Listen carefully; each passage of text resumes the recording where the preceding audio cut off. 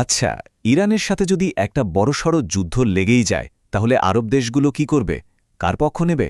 আমেরিকার নাকি ইরানের? আজ আমরা এই জটিল ভূরাজনৈতিক সংকটের গভীরে যাব। এটাই এখন সবচাইতে বড় প্রশ্ন। একদিকে আমেরিকা আর ইসরায়েলের প্রচণ্ড চাপ, আর অন্যদিকে ইরানের সরাসরি হুমকি। আরব দেশগুলো যেন এই দুই মহাশক্তির মাঝে স্যান্ডউইচ হয়ে গেছে। আর এই যে পরিস্থিতিটা, এটাকে বলে একটা ক্লাসিক ক্যাচ-22। মানে এমন এক উভয় সংকট যেখান থেকে বের হওয়ার কোনো সহজ রাস্তা নেই। যে পথে যাওয়া হোক না কেন, বিপদ অনিবার্য। ব্যাপারটা একটু বুঝিয়ে বলি।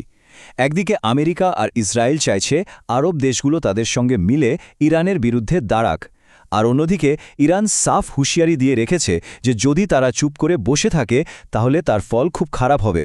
তো এমন একটা অবস্থায় আরব নেতাদের হাতে রাস্তা খোলা আছেটা কি? চলুন একটু তলিয়ে দেখা যাক তাদের সামনে কি কি অপশন আছে, আর প্রত্যেকটার ঝুঁকি বা কী।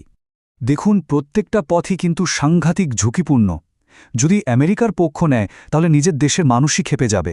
আবার যদি ইরানের চাপে মাথা নয় তাহলে তো ভবিষ্যতে ইরানকে আরও মাথায় চড়ে বসার সুযোগ করে দেওয়া হবে। আর চুপচাপ বসে থাকারও উপায় নেই, কারণ তাতে ইরান আরও বেশি শক্তিশালী হয়ে উঠবে। আসলে এটাই তো মূল পয়েন্ট। গাজায় যা হয়েছে, তারপর আরব নেতাদের পক্ষে ইসরায়েলের সাথে হাত মেলানোটা নিজের পায়ে কুড়ুল মারার মতো।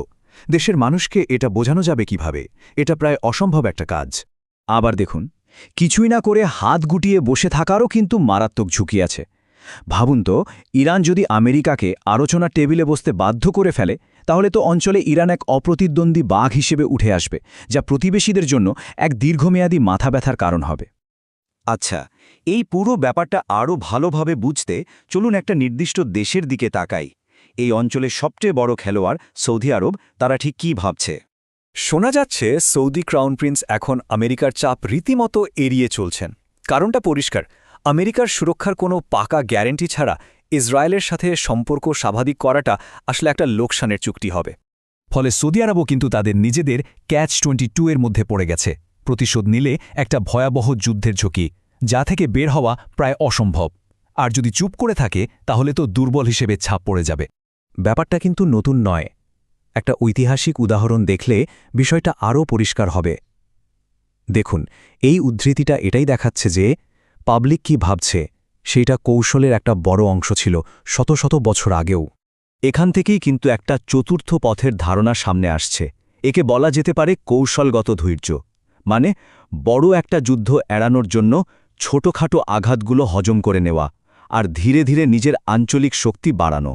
আসলে এই যুদ্ধটা তো শুধু মিসাইল বা ড্রোন দিয়ে হচ্ছে না, এর পাশাপাশি চলছে ন্যারেটিভ বা বয়ানের একটা যুদ্ধ। আর এই বয়ানের লড়াইয়েই ইসরায়েল একটা বড় চ্যালেঞ্জের মুখে পড়েছে, বিশেষ করে আমেরিকাতে। মানে একদিকে ইসরায়েল এটাকে একটা আন্তর্জাতিক জোটের আত্মরক্ষার লড়াই হিসেবে দেখানোর চেষ্টা করছে, কিন্তু আমেরিকার সাধারণ মানুষের মধ্যে ধারণাটা ঠিক উল্টো। তারা দেখছে এটা আসলে ইসরায়েলের যুদ্ধ, আর আমেরিকাকে এর মধ্যে অনিচ্ছা সত্ত্বেও টেনে আনা হয়েছে। আর মার্কিন পররাষ্ট্রমন্ত্রীর এই সোজাসাপটা স্বীকারোক্তি তো আগুনে ঘি ঢালার মতো কাজ করেছে। এই কথায় এটা আরও পরিষ্কার হয়ে গেছে যে এই যুদ্ধে আমেরিকার নিজের স্বার্থের চেয়েও অন্যের স্বার্থই বড় হয়ে দেখা দিচ্ছে। আর সবচেয়ে অবাক করার মতো বিষয় হল, এই যুদ্ধের বিরুদ্ধে প্রতিক্রিয়া আসছে আমেরিকার রাজনীতির সব পক্ষ থেকেই। ডানা, বাম, মধ্য সবাই মুখ খুলছে, যেটা সচরাচর দেখা যায় না। আর এর সরাসরি ফল আমরা দেখতে পাচ্ছি জনমত জরিপগুলোতে। আমেরিকানদের একটা বিশাল অংশই এখন এই যুদ্ধের বিপক্ষে। ফলে সরকারের উপর দেশের ভেতর থেকেই চাপ বাড়ছে। আর এই চাপটাই আমাদের এই আলোচনার সবচেয়ে গুরুত্বপূর্ণ জায়গায় নিয়ে আসে, আর সেটা হলো জনমতের শক্তি। ভাবুন একবার, একদিকে দেশের প্রায় 4,20,00,000 মানুষ সরকারি খাদ্য সাহায্যের ওপর নির্ভর করে বেঁচে আছে, আর অন্যদিকে কংগ্রেস $200 বিলিয়ন একটা যুদ্ধের বাজেট নিয়ে বিতর্ক করছে। এই অবস্থায় সাধারণ মানুষ কেন এত বিশাল সামরিক খরচ মেনে নেবে? সোশ্যাল মিডিয়ায় আসলে পুরো খেলাটা ঘুরিয়ে দিয়েছে। সাধারণ মানুষ কোনো ফিল্টার ছাড়াই একে অপরের সাথে তথ্য শেয়ার করছে।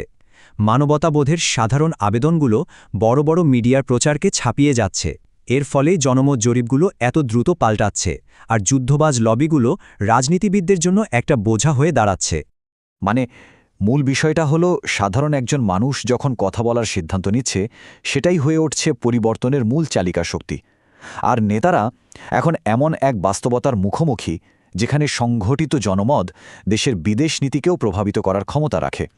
এর চেয়ে বড় প্রমাণ আর কি হতে পারে যে খোদ নেতানিয়াহু এই ভেবে চিন্তিত যে সাধারণ মানুষের চাপের মুখে পড়েই হয়তো ট্রাম্প এই যুদ্ধ থেকে সরে দাঁড়াতে পারেন। তার মানে এই সম্মিলিত আওয়াজটা একেবারে ক্ষমতার সর্বোচ্চ স্তরেও পৌঁছে যাচ্ছে এবং প্রভাব ফেলছে। তো সব মিলিয়ে আমরা কোথায় এসে দাঁড়ালাম? একদিকে আরব নেতারা এক অসম্ভব উভয় সংকটে, অন্যদিকে আমেরিকা নিজেই বিভক্ত হয়ে পড়েছে অভ্যন্তরীণ চাপে। তাহলে প্রশ্নটা হলো, এই ২১ শতকে আসল পরাশক্তিটাকে? কোনো দেশের সরকার নাকি সাধারণ মানুষের সম্মিলিত কণ্ঠস্বর?